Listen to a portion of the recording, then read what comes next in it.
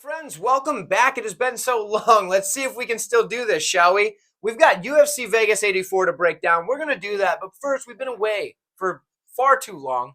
If you missed it, we did the casual versus the expert in our picks for the futures predictions for the champions for UFC 2024. Hey, check that out. It's really good. I'll leave it at the end of this video in the end screen, but check that one out. That was a really good time. I had some fun doing that. The chat seemed to love it. Anybody that watched that video did seem to enjoy. So check that out if you get a chance. But yeah, UFC Vegas 84 is upon us. The first fight card in a month, which is far too long. We've had a lot of news since then, right? A lot of things have happened. A lot of things have changed. But the biggest thing, and I'm not going to bore you with a bunch of details, we got merch. It's so new. In fact, it is from the first of the year. It is so new that my shirt hasn't even arrived yet. But I'm waiting on it. You guys can check out the merch. We're going to have that in that link in the description of this video. So check out the shirts, check out the hoodies, whatever. It's all there for you. We got 5 things right now. We're going to add some more items, some more designs, things like that eventually. But the biggest part about the merch, if you haven't seen it yet, we're going to be giving away a product key, so essentially a free copy for World of Mixed Martial Arts 5 to one of the first 8 people who purchase some merchandise from the site. It doesn't matter what you purchase, any of the items on there, any of the 5 items, any 138 MMA gear. If you purchase that and you can prove to me that you purchased it, whether that be, Twitter message, Instagram message, whatever, somehow let me know on here and, making sure I know that it's you in the comments or whatever, somehow just prove that it's you, and then we get you entered. Now, to enter, we're doing a tournament on World of Mixed Martial Arts 5 because we're going to do the game. We're going to play the game that we're going to be using, that we're going to be giving away as a prize. So basically, we're going to do lightweights. You're going to pick any lightweight in the world. First person to buy a shirt gets the first pick, okay? So first 8 people to buy them get their pick. I'll go in order of when the orders come in. I have the ability to do that, so it works great. But all you got to do is buy a shirt. In addition to that, and we'll cover more details after you make the purchase, all that. We'll be in touch. Just you to reach out to me, we'll talk. But in addition to that, if you purchase some gear from the website, if you get a shirt, a hoodie, whatever, if you get that and you send me a photo of you wearing it, I will feature you in one of my full card breakdowns. I will put your photo in the breakdown. We're going to show you looking cool, looking fly, looking fit in your gear, and that's going to be fantastic. So if you didn't know already, you can get the gear. If you weren't listening, you can get the gear at the link in the description of this video. It's going to be sweet. You guys are going to love this stuff. I made sure to pick some stuff that looks really nice. The products feel good. I checked the sample products. They feel good. So I hope you guys really enjoy them.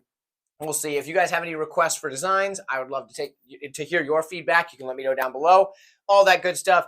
Real quick, also patreon.com/138MMA. Find me there. If you didn't look at the Instagram and the Twitter, 138MMA, I'm on there. 138_MMA for Instagram because somebody else already had 138MMA. So go flag that account and tell them they got to get off. But either way, that's all the stuff.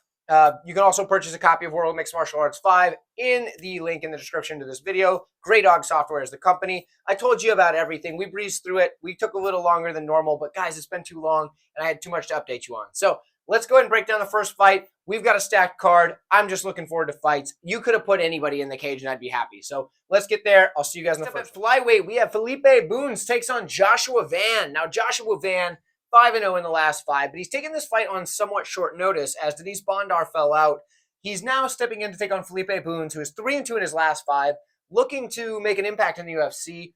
He's had some fights fall out so far, so here's where we're at. He's got a bit of a height and reach advantage, though, Bunes does. He's 5'7" with a 71-inch reach, which is going to seem massive, as opposed to the 5'5", 65-inch reach from Joshua Van.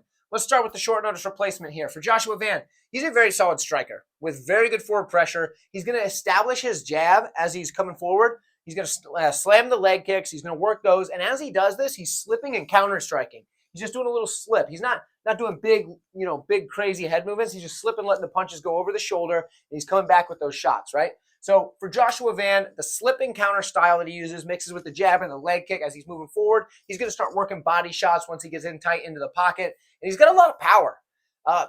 We've seen him use this power already in the UFC. He had a great fight with Kevin Borjas, in which we got the pick wrong. But guys, Borjas put up a good fight in that fight. That was a very, very close fight, and the odds were still wide. I'd bet that fight again. I think if you run that fight 100 times, I don't think Joshua Van wins every single time. I think that's a very close fight. If those guys run it back, the line's going to be a lot closer. Either way, Joshua Van showed how durable he is because he took a beating early on in that fight, and he came back and started working Kevin Borjas and walking him down and landing those body shots, landing the power shots to the body. But he's durable. Like I said, the dude can eat shots, and that's one thing he's going to need because he's got a big reach disadvantage here, and he's going to have to eat some shots to get inside and be able to land his own. He's not going to be able to land shots from clear out of range like Bunes is. Now, if it does hit the mat, Joshua Van's decent. He's active off of his back, but he's very much submission over position. He'll give up spots in order to go for to attack a submission. He'll try to get back to his feet more often than not. But if he's going to stay on the ground, he's looking for submissions, not really looking to get a dominant position and stay there or like control. On the Bunes side, or Bunes, I'm not sure which it is. Either way, for him, he's a good striker. And I say good because he's got pretty good power and his kicks are really what make him a good striker. And that range, having a 71-inch reach, being 5'7", his legs are also long, so he's going to be able to use that reach pretty well.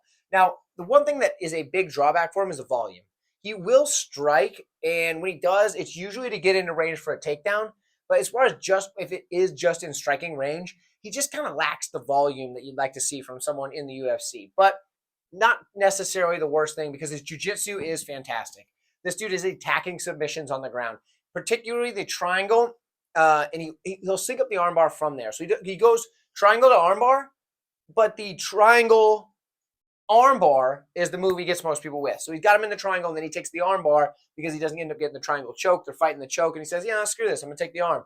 And that's what he does. He takes their arm home with him. He does strike his way into takedowns. Like I said, that's how he gets the fight to the mat. Now, he's going to have a hard time with Joshua Van, though, because like I said, for Van, he's durable, and he does that slip and counter style that's going to help him gain distance. As he's pressing forward, if he slips a shot from a guy like Bunes, he's going to be able to slip that, come in tight, and start landing his own shots. And I think that's where he's going to do better. I'll be honest with you guys. I was on Bunes in the original matchup against Denise Bondar, but Joshua Van's a different story, and I've got to take Joshua Van. I think he's going to get this one done. The odds are probably even worse by the time this video gets uploaded. I'm recording this a little bit earlier. But I understand that the line's wide a little bit. If the fight does hit the mat, it's gonna reflect that. I think Joshua Van's going to be too much for him on the feet. I think it's going to be hard enough to take down that I think Joshua Van's going to be able to get this done, working forward, working that slip and counter style, landing those leg kicks on the taller, lankier guy, and I think that's how he's going to get it done. Does he get a finish? I don't know, but I do think he gets his hand raised at the end. So that's my pick. Let me know who you have, and I will see you at lightweight. We have Nicolas Motta taking on Tom Nolan. Now, this matchup here is interesting because you see 2-2 in a no contest for Nicolas Motta in his last 5 fights. It should be 2-3.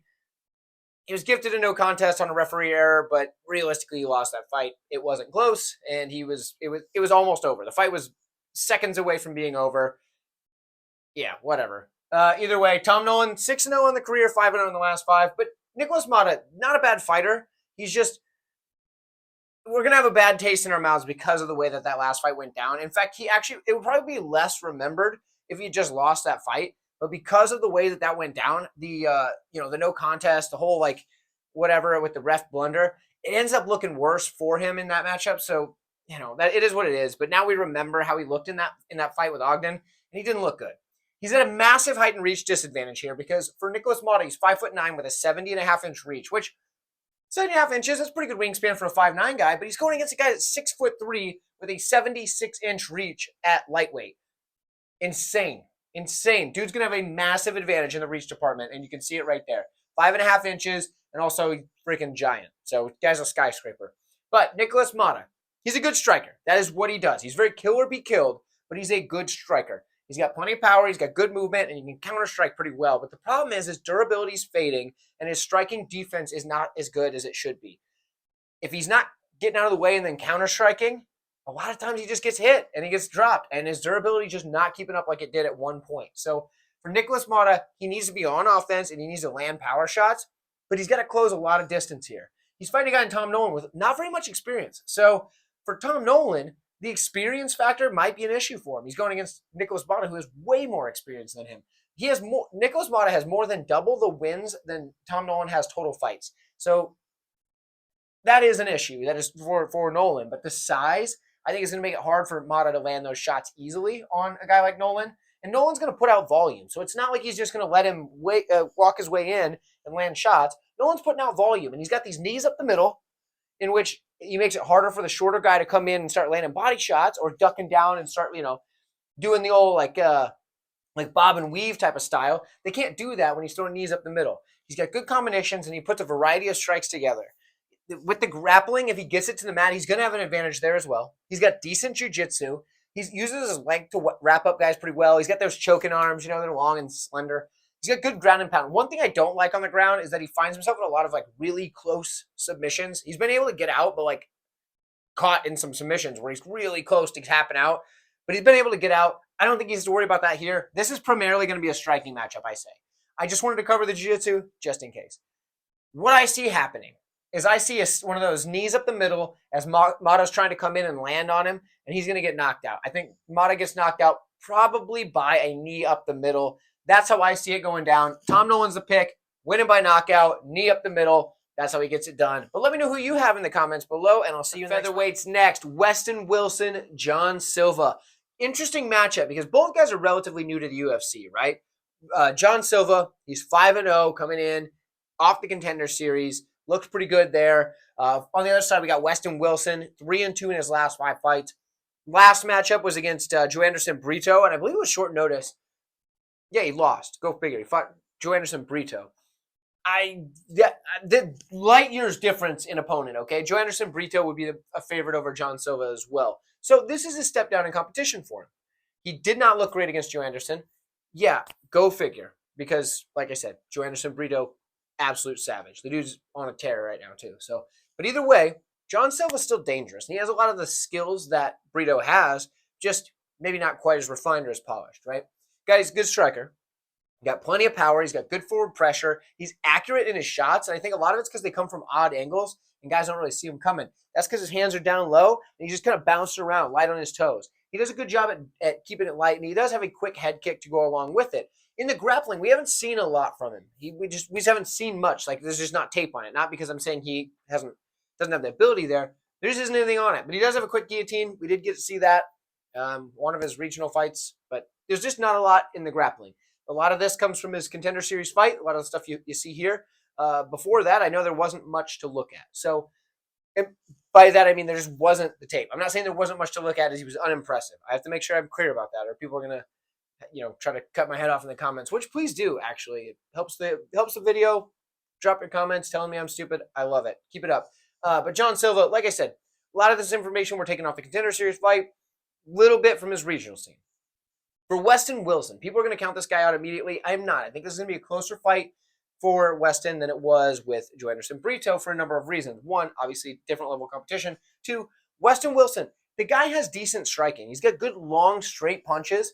He does good there. He kind of blitzes in with his straights, just kind of walking guys down and just with the 1-2s and 1-2s. He's got an active lead leg as well because he has that kind of karate style where he's light on his toes and he keeps his hands low, much like you see from John Silva. I just kind of erased that a little bit. Well, whatever. That's the same. They both have that. But Wilson is much more active with his lead leg. He's doing, kicks to the knee, the leg, kicks to the body, snapping up to the head. He's very quick with it, and there's not a lot of tell on that lead leg. I don't think Weston Wilson's striking is as bad as a lot of people are going to be making it out to be. I think he's got pretty decent striking, but it's just a different style than a lot of MMA fans are used to seeing. In the grappling, he's got good jiu-jitsu. He really does. He's very active from his back. He uses his length well. Like I said, the guy's got long, lanky, slender limbs. So they slip under your neck, He's got good choking arms, as I like to say. And he's going to attack submissions from his back. In fact, a lot of his wins are via submission. I'm going to take John Silva for the pick. But if these odds keep going, I won't be surprised if Weston Wilson pulls this off. If he gets to a plus 1,000 or something like that, which he was approaching that in his last matchup, the original opponent he had before John Silva stepped in. This is kind of a short notice matchup for John Silva. I was tempted to bet on Wilson. In fact, I actually did throw a quarter unit on Wilson in the last matchup because he was plus 1,000. You can't give me plus 1,000 on a guy that I don't think is absolute garbage and tell me that not to throw a couple bucks on him. So, like I said, if Weston Wilson hits plus 1,000, yeah, I'm going to throw something on it because I do think that it's just, there's a lot of stuff that happens in MMA. And at those odds, I think a guy like Weston Wilson isn't that bad. I really do. I don't think he's better than he's getting credit for in this matchup just because he didn't look very good against Joe Anderson Brito. And I don't think John Silva would look that good against Joe Anderson Brito either. So take that for what you will. I'm picking John Silva. That is the pick for the fight. But, you know what I mean? So let me know who you have. I'd love to hear from you. I'll see you in the bantamweight here. We have Farid Basharat. He's taking on Taylor Lapilus. Both of these guys are 5-0 in their last 5 fights, both with very impressive resumes. Basharat being undefeated at 11-0, 19-3 for Lapilus. These guys, couple of prospects on their way up, prospect versus prospect matchup. I love it. It's a fun time. Let's break it down. Taylor Lapilus, solid striker. That is what he is. That is his bread and butter. He is a very solid striker. He's got constant lateral movement. He's moving side to side, either which way. He's got very clean combinations in which he puts his punches and his kicks together very well. And he does good in the counter-striking department. So if guys are coming at him, he's able to keep that movement going, slip off to the side, hit those counters, whatever he's got to do. He can draw you in, step back, come back in with his own shots. He's good in the counter department. He's good at putting together combinations off of counters. His striking is very good. Takedowns, takedown defense particularly. It's all right. Not too bad. Usually he's good at defending an initial shot. Anything following that initial shot that continues forward, it's where it gets a little trickier. He does a pretty good job, but once he is taken down, he can be held down. He gets stuck on his back, working back to his feet, burns up a lot of energy for him, and sometimes it's a little tricky. But Basharat, on the other hand, he's a solid striker as well. I think strike for strike, I imagine Lapilus is probably a little bit better, but there's a wrestling threat from Basharat. We're going to get into that in a second, though. From Basharat's striking, we got his volume. He's very good with the volume. He's striking to all levels, kicks particularly to all levels. But he's not like punching you in the calf or nothing. But he'll work the body with his punches. He'll kick everywhere, legs, body, head, a couple of different spots on the legs, things like that. He does a good job of mixing it up, and he's got great footwork and movement as well. But the thing that sets Basharat apart is the grappling. He sets up his takedowns with his strikes. He's going to come in with a combination and then go to the takedown, or even just get something high and then drop levels. He does that very well. He's got pretty good takedown defense. I don't think he's going to need it here. And when he gets on top, he's got good top control. The cardio is also something that Basharat's shown, that he's been able to keep up a high pace and continue to do well without looking gassed out. For me, both of these guys are very talented prospects, but I think just a more well-rounded fighter is going to win this fight, and I think that's Farid Basharat. I think he gets it done by mixing in the takedowns. I think on the feet, if he gets stuck in a striking exchange with Lapilus, I don't think he's lost, and I don't think it's just, there goes the fight. He can't take him down. But I do think that if Lapilus gets stuck on the ground with Basharat, the opposite is true. That's it. I don't think if he's stuck on the ground, I don't think Lapilus is winning a grappling exchange with a guy like Basharat. So I've got to take Farid Basharat. He's who I've got, but let me know who you have in the comments below, and I'll see you in the next. Bantamweight's up next. Marcus McGhee takes on Gaston Balonos. Both guys with positive last 5 fights. We've got Gaston Balonos 3-2, Marcus McGhee 4-1. Both guys looking pretty good on their way in. For Balonos, he's got that Muay Thai background. He's a solid striker with tons of power. He's got the kind of dynamic attack. He's got the spinning back elbow. That's his best move. Throws that elbow, boom, hits that, puts your lights out. Does a very good job with it. But he can be a bit wild, right? Some of his spins and wild attacks, they do put him off position or out of position, and he can be taken down from those. If he does end up on the mat, his submission defense has let him down in the past. But I do think that he's pretty good on the feet, and I think that's going to be a big upside for him in this matchup. I think he's going to be a hard guy to really pick apart in the striking. Now, if Marcus McGhee decides to strike with him, I do think that he's going to struggle some. But I do think he has the grappling skills that if he wants to take it to the mat, he's going to be able to do that. And I imagine that would be the smartest game plan for McGhee. But he's not lost in the striking. Like I said, McGhee is a good striker. He's got plenty of forward pressure. He's got power in his own right. He's got good combinations. I'd say he might even have the faster hand speed out of these two, albeit the wild style of Balonos kind of makes him seem quicker. I do think that just pure hand speed, Marcus McGhee probably has a little bit better hand speed there, and I do think he's fine on the feet in this matchup. But I think in the grappling is probably his safest path because, like I said, Balonos is pretty much a striker. For McGhee, dude's got solid grappling. We just don't see it a ton in his recent fights because he's been just knocking guys out. He's got good sweeps. He's got good scrambles. He's hard as heck to take down and hold down.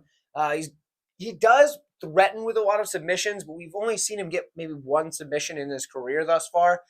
But he does threaten with a lot of submissions, and know he's got the skill set to use them. It just, maybe this is the fight, but he hasn't used them a ton thus far. But I do think Marcus McGhee is going to get this one done. I think he's got the skills to do it. I think he's probably going to be the better fighter in areas like the grappling, for example, and good enough in the striking to make it into a matchup where I think Balonos is going to be worried about the threat of the takedown. I think it's going to keep him, I don't know, probably not being able to throw all of his tools out of his toolbox. So I'm going to take Marcus McGhee. I think he's got the better skill set. I think he gets it done. Like the video if you haven't done it already, and I'll see you guys in the next welterweights next. And the toughest matchup on this card to predict, in my opinion, we have Matthew Semelsberger taking on Preston Parsons. Now, Semelsberger is taking this fight on somewhat short notice. I did have to, redo some tape study to get this one figured out. So it's short enough notice that I'd already had my notes written down. So either way, he is taking this one on somewhat short notice. He is 2-3 in his last 5, 3-2 for Parsons. It's not that short a notice, like I said, but it's shortish. For Parsons, guys, real quick, hold on. Let me throw this at you again. I want to remind you, this is the hardest fight on the card to predict by my estimations. This one is very tricky. So bear with me on this one, okay? But either way, Preston Parsons. Dude's got solid wrestling. He's got very powerful takedowns. He's an excellent back taker. He's going to chain his submission attempts together. And he's done that very well throughout his career, particularly on the regional scene. We haven't seen as much in the UFC with the chaining of the subs, but, whatever. He's got decent striking, kind of very boxing style, very boxing heavy style, I mean. He's got decent combinations, can put them together, nice, clean shots. He's definitely more of a wrestler than a striker, though, but he's pretty durable. I want to put that out there. He, gets hit some, able to power through, use that grip. On the other side, for Semelsberger, he's a good striker. He's got good forward pressure. He's got very unorthodox movement. He's kind of just like an athlete in general. So he kind of moves differently than you think of as a fighter would move, but he does have good movement in an unorthodox sort of sense. You know what I mean? But either way, he's got power, but very good knockdown power, and we haven't seen him be able to put anybody out with his power in a while. He keeps knocking these guys down, though. So maybe this is the fight. I mean, eventually you got to get one, right? I don't know. Maybe. But he's got good volume to go along with it. He can kind of counter-strike better than you'd expect. Like, based on his style and the way he moves around, you don't expect him to have the countering ability that he does have, and he does have pretty good counters. But he's also wide open to being countered after he overcommits on a shot sometimes because of his movement, because of the way he puts that power into those shots. If he is, if he misses the shot or doesn't land it the way that he expects to, he can be open to counters. He's got decent wrestling of his own, decent takedowns, but the far superior wrestler is going to be Parsons.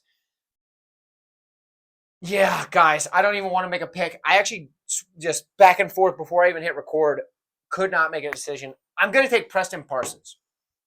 And here's how I came to this. And I think it's because Matthew Semelsberger, I feel like, is going to have that extra pressure of like, man, I've got to get a win. I just keep giving away these. I keep getting close, and I just keep somehow losing these fights. I think he got robbed in one of them, but we're not going to get into that. Either way, Semelsberger is going to have that added pressure, and I think that's just going to be on his mind just a little bit too much. And I think Preston Parsons is going to be able to get the fight to the mat at some point and control a lot of minutes from there. So I'm going to take Preston Parsons, but I have zero confidence in this one. Stay away. This is a fight that you just kick your feet up on the coffee table, crack open an ice cold root beer, toss that thing back while you enjoy the fight. This is going to be a good, fun fight, but I want nothing to do with it from a betting perspective. Parsons is the pick. Unfortunately, I have to make one. But let me know who you have in the comments below, and I will see you next up. We've got the heavyweights. Arlovski takes on Waldo Cortes-Acosta. Acosta 4-1 in his last 5, 3-2 for Arlovski. Arlovski being much older at 44 years old. 12 years younger is Cortes-Acosta at 32. Guys, I rode the Arlovski train through all of those like close decision wins that he was getting. He was always plus money. The dude was just getting it done. I rode that train all the way to the top, and it cost me when he got knocked out because I was still trying to ride the train. And I should have got off at the last station. I know I should have. But I rode that one all the way to the top, and I'm definitely way up on Andrei Arlovski picks as an underdog. I will tell you ahead of time, he's a very big plus money number here, and it's very enticing because Arlovski has done so well for me in the past. But I have to take a step back, realize the guy is still getting older. He's 44 years old. He's not getting any younger at all. And he's fighting these younger up-and-coming guys. So I need to take a step back, look at that, compare the notes, and go from there. Because Waldo Cortes-Acosta, although he's got his flaws, like the dude can't check a leg kick, he just doesn't do it. He just eats leg kicks the whole fight. But He's got good boxing. He's got a solid jab. He's got good volume. He's got pretty good movement even after he's eaten leg kicks. And he's got good counter-striking ability, and he can put together combinations. And he counters guys off of this. If they hit him with that leg kick and he just doesn't do anything about it, well, he'll throw a nice straight shot after that. You know what I mean? So he's going to eat the leg kicks, but he's going to throw shots back. His takedown defense isn't the best, and I think that's something Arlovski could use in his game plan here. I just don't know that he has it at this point in his career.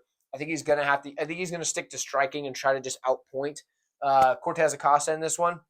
So we'll see what we think. So for me, Arlovski, his volume on the feet, he's got good counter-striking ability as well. He's got good movement as well. The volume of the leg kicks. Now, he doesn't kick super hard with his leg kicks, but he's got good volume with it. He's always just touching that lead leg a lot of the time.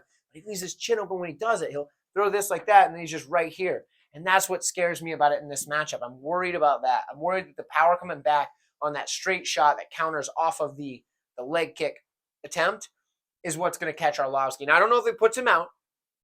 We did see him get knocked out recently, but it's not like his chin came back for a while. So I don't know if that was a one-off or what. Unfortunately, I do have to pick Cortes-Acosta in this matchup. I don't want to. I really don't want to. I'm not going to bet it. I think the line's wide, like really too wide to bet and get any value out of anyway. Kind of like the over 1.5. I don't mind it. I think Arlovski's going to be able to keep himself in this fight for long enough that we're going to cash a really sweaty over ticket. So maybe look at that. I don't know. Check it on Patreon and see if I bet it. I'm just kind of spitballing here a little bit. I want to pick Arlovski, but I can't, so I got to go Cortes-Acosta. I'm going to be rooting for this pick to be wrong. I'm going to be rooting for Arlovski. This is another one where I'm just going to kick my feet up on the coffee table, crack open a nice cold root beer, be a couple of root beers deep by this point. I'm going to enjoy the fight. Let me know who you have, though. I unfortunately have to take Cortes-Acosta. I'll see you guys next. Middleweights are up next. We have Phil Hawes taking on Bruno Ferreira. Bruno Ferreira, 4-1 in the last 5. Phil Hawes, 2-3 in his last 5 fights. And it's interesting because we see Phil Hawes as this guy. He's got all the talent in the world. He's so good, all this, that, and the other. But he's 2-3 in his last 5. He keeps finding ways to lose fights, but he's such a skilled fighter. If you just look at his skills, you're like, oh, man, this guy's great. What is it? Well, we'll cover that in a minute. For Ferreira, he came in. He looked pretty darn good. You know, he was a guy that maybe a lot of people were kind of not super high on coming in. They weren't really sure whether he needed, the whole fraud check thing that people talk about. But now he looked really good. Got that one loss. He got knocked out. He got caught. That's what happens. But he's looked pretty good, and he's beat some pretty good guys in the UFC already. Beat Gregory Rodriguez. That's a huge win. But he's a little shorter than a lot of the guys in the weight division. He's only 5'10" with a 72-inch reach. He's going against the 6 foot, 77.5-inch reach for Phil Hawes, which is a big deal. But Bruno Ferreira seems to have overcome the height disadvantage in most fights. Obviously not that knockout loss or whatever, but because he had a big disadvantage in the reach there as well. Got caught with a long shot. It's what happened. But either way, if he can get past that here, he's got the heavy hands. The guy's a good striker. Hits really hard, and he's really good at just kind of darting in and darting back out to land his shots. He's got the skill to go from either stance, and he likes to feint and set up his stuff, whether it's a fake, with the takedown, feint with the shots, and then come in with something else. He does that very well, and he's pretty skilled in the striking, especially with the power that he possesses. He doesn't need to land a whole lot of shots, and he's going against a guy in Phil Hawes who gets knocked out a lot. For the grappling, though, if Ferreira gets on top of a guy, just throwing the power, this guy has some seriously nasty ground and pound, and it's usually his backup option is to look for the grappling. Primary, look for the striking, go for the heavy hands, and he's got grappling in the back pocket. If he gets on top, you're in trouble. For Phil Hawes, though, the dude's a solid wrestler, got very high-level wrestling background, great takedown defense. He's got an excellent blast double, good control. Dude's got good ground and pound himself. In the striking department, he looks good as well. He's got good power, puts together decent combinations, but he's a glass cannon. Like I said, the guy gets knocked out. That's the problem with Phil Hawes. On paper, Phil Hawes, super athletic, should be able to beat the brakes off of most of the division, but he just can't because he gets hit and he's done. His cardio also fades as fights goes on. I can't pick him in a matchup, especially knowing that his cardio is going to fade as the fight goes, and he just can't take a shot. I got to take Bruno Ferreira, and I know he hits very hard. I know he can get in and out. The only thing is you got to worry because Phil Hawes also hits pretty hard, and he puts together good combinations, and he's got super, super good wrestling. but I'm taking Bruno Ferreira. He was an underdog a while back. He's now the favorite. The odds have flipped. It's a good matchup. It's a fun fight, and I think somebody's going to sleep. But let me know who you have. What side are you on? And I will see you. We got the bantamweights up next. But really quick, I do want to highlight the channel members. You guys are fantastic. All of you. It's $2.99. It doesn't cost a whole lot. It's $2.99 a month, that is. You guys help out. I appreciate it. You keep the lights on. You keep the marker boards fresh. You keep the channel thriving. So I appreciate you guys, especially during the times where the content just doesn't come out very often because we're at the end of the year and they're giving us a month off. But you know what? You guys are the real all-stars, so I appreciate you. Thank you so much, as well as the people over on Patreon. You could do both. You could do one or the other. I appreciate it either way. Let's break down this fight. We have Ricky Simon takes on Mario Bautista. Bautista is 5-0 in his last 5, 4-1 for Simon. Both guys on a pretty good streak. I know Simon lost the Yudong Song fight. It happens. It was a tough fight. Big step up in competition. This is a step back in competition. We'll see how he fares. Bautista, sure, he's an up-and-comer. He's doing pretty good in that. Obviously, he's 13-2 on the career, but he hasn't fought the level that Simon has. So we're going to see where both guys are at this point in their career. How's Ricky Simon doing after that loss? How is Bautista as he moves up the ranks? Where does he kind of cap out, right? So Bautista, dude's a good striker. He's got plenty of movement, good volume, good power, but he kind of leaves his chin exposed. That's an issue. It hasn't really cost him, obviously, lately because he's 5-0 in his last 5 fights. But he does get hit sometimes, and when he does get hit, he's been able to shake it off. But how long can he do that, right? He does leave the chin up, especially when he's striking. He leaves the chin here and starts letting his hands come down a little bit. That's the biggest issue I saw in his entire game was that, leaving the chin open. Now, he's got solid grappling as well. The dude is fantastic at getting the rear naked choke. He's an absolute rear naked choke specialist. So what does that mean? Well, he gets to the back because, you can't get a rear naked choke without getting to the back. So he does a very good job of getting to the back. Does a good job on the mat in the transitions, the scrambles, things like that. He's a pretty darn good grappler. The rear naked choke is his specialty by far. For Ricky Simon, the wrestling is what it's about, right? He does the wrestling best out of all of the things in his game. His wrestling. He's got volume takedowns. He's got very good takedowns. He's got control once he gets you there, and he seeks to finish. What he does is he starts ground and pound, goes for a sub, then goes back to ground and pound if he doesn't get the sub, and he just keeps cycling through that. Ground and pound, sub, ground and pound, sub, ground and pound, sub. That's the style he uses to seek the finish. And he just keeps going through it to keep you having to fight off both different things, not just stick with one. He makes you have to defend them all and sees what he can get, takes what he can get. In the striking, a lot of it's set up by his wrestling threat. But he's got a good forward pressure and he's got good power to go along with the fact that you're worried about the takedowns. For me, guys, I think Ricky Simon gets this one done, and I feel great about it. I feel like Ricky Simon is leaps and bounds better than Mario Bautista is. So I think he's leaps and bounds better. I think he's going to get the job done. I think he's going to use that wrestling. He's going to get the fight to the mat, and I think he's going to be able to control and land ground and pound for most of the fight against Mario Bautista, and I think that's how he's going to get it done. I think we might see the scorecard. I think Bautista's going to hang in there. I think he's going to be tough enough to grit it out.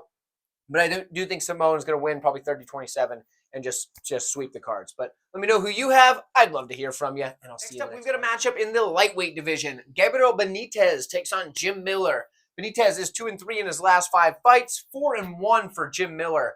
When we look at Benitez, the guy's got some power. He's a good striker, got good kicks, good movement, but he's been knocked out quite a few times, and that is a problem. He's got decent jiu-jitsu, but he doesn't stop the takedowns very well, so he does get taken down, and so he has to use that jiu-jitsu. It's not his best part of his game. He kind of goes in there looking to knock guys dead, but a lot of times he's been getting caught lately. So Jim Miller on the other side, he went through a slump a while back when he was dealing with that Lyme's disease stuff, but since then he's rebounded. He's actually looked great in his last 5 fights. He has that one loss in the last 5 to Alex Hernandez, which was pretty darn close. A lot of people could say that Jim Miller won. I thought it was a close fight, so there's that. He's got good striking, decent power, and he's got pretty good leg kicks. When it comes to the grappling, though, the guy's a guillotine specialist. That is his best move, which is weird because usually I hate guillotines. But if Jim Miller's locking up the guillotine, this dude's probably getting it. In this matchup here, I think it's just a tale of 2 fighters. Jim Miller has looked great. He's been getting better. Don't know how, but because the dude's like 40 years old, but he just keeps looking like he's getting better. Whereas Benitez has been looking worse every time out. So I'm taking Jim Miller. I feel pretty good about it. Let me know who you have in the comments below, and I'll see you in the next co-main event, folks. Guys, I haven't highlighted it yet. World Mixed Martial Arts 5. It's a great game. Great Dog Software. They are big fans of the channel. I'm a big fan of them. World Mixed Martial Arts 5 is the game from them that I play on the channel in my streams sometimes. Maybe you've seen it. Check it out. get in the link in the description of this video. I appreciate you guys' support. Now, this one here, flyweights co-main event. Kape takes on Mateusz Nicolau. This is a rematch. Went to a split decision last time where a lot of people thought that it could have gone either way. And it was a close fight. I'll give you that. I think the right guy got his hand raised in that matchup, but I do think it was very close, and I could understand somebody saying the other way. But good fight. Heck of a rematch. I understand why they're doing this. It makes sense in the division. Both guys 4-1 in their last 5 fights. So here we are. We're here to break it down again. Kape. He's the striking side of this. Both guys can strike, but Kape is a very high-level striker. He is lightning fast. In fact, he is so stupid fast that it is unbelievable. This guy, anything he throws, just absolutely like lightning. This guy is incredibly fast. I cannot express that enough. He's very quick. Good movement as well, and he's going to set up all of his strikes with feints. That's good, but sometimes it makes him a little bit too patient while he's setting up stuff with feints. But he does set up his strikes well, and the speed that those strikes come out with after he set them up with a feint makes him extremely deadly on the feet. Now, his wrestling, he's got decent wrestling. He can mix in takedowns if he needs to, but the cage push, that's what his wrestling is best used for, and that's what I think he will use it for most throughout his career. He does a good job with the cage push, and from there, he has devastating knees. Kape, he's not a wrestler first, but that cage push is a good thing to use, especially against guys that in the striking, they're putting out a lot of volume, and he needs to slow the fight down so he can get it back to his pace. So the cage push is good for him. The striking is fantastic. When we look at Nicolau on the other side, he's got good striking. He also can be a little bit too patient at times. In fact, he's way too patient most of the time. But he's got good lateral movement. He picks his shots very, very well. And when he does, he looks very crisp in those because he's technically sound, picks his shots well. And when he hits you, you know about it. He hits hard. Guy's got better grappling, though, in this matchup. So I would say Nicolau is the grappling side. He's a solid grappler with good takedowns. He's got good defense in the takedowns as well. Excellent top control, and he's very much position over submission. This is a good fight. This is a fun fight, and I understand why they're redoing this matchup, why they're making a rematch. Like I said, a lot of people are now on the Kape side, and I think that's because a lot of people are fans of Kape, and I understand why. He's kind of a wild card, makes the fights fun, makes the press conferences fun, things like that. But I think a lot of guys are forgetting. A lot of you guys are forgetting that Nicolau won that first fight. I understand it was close, but Nicolau got the win there, and I think a lot of people are down on Nicolau right now because he got knocked out by the title challenger, the former title challenger, in Brandon Royval, the fight that got him the title shot. I'm gonna be the one person taking Mateusz Nicolau here, but here's how I haven't played him, but he's a big underdog. He's like +2 something. I can't pass that up. I'm taking Mateusz Nicolau for the pick, but I think here's how you play it. When Mateusz Nicolau loses, all 3 of his losses, I believe, are by knockout. Correct me in the comments if I'm wrong. Maybe I'm a putz and didn't look this through enough. I think all of his losses are by knockout. So maybe you play Kape inside the distance if you can get it plus money, or even just by knockout because he's probably not subbing Nicolau. If you can get that plus money, Nicolau money line, plus money there. So the only thing you got to worry about inside the distance here, money line here, is if Kape wins a decision, which he might. But I think if we go to decision, we get a lot of Nicolau getting the takedown and controlling him on the mat.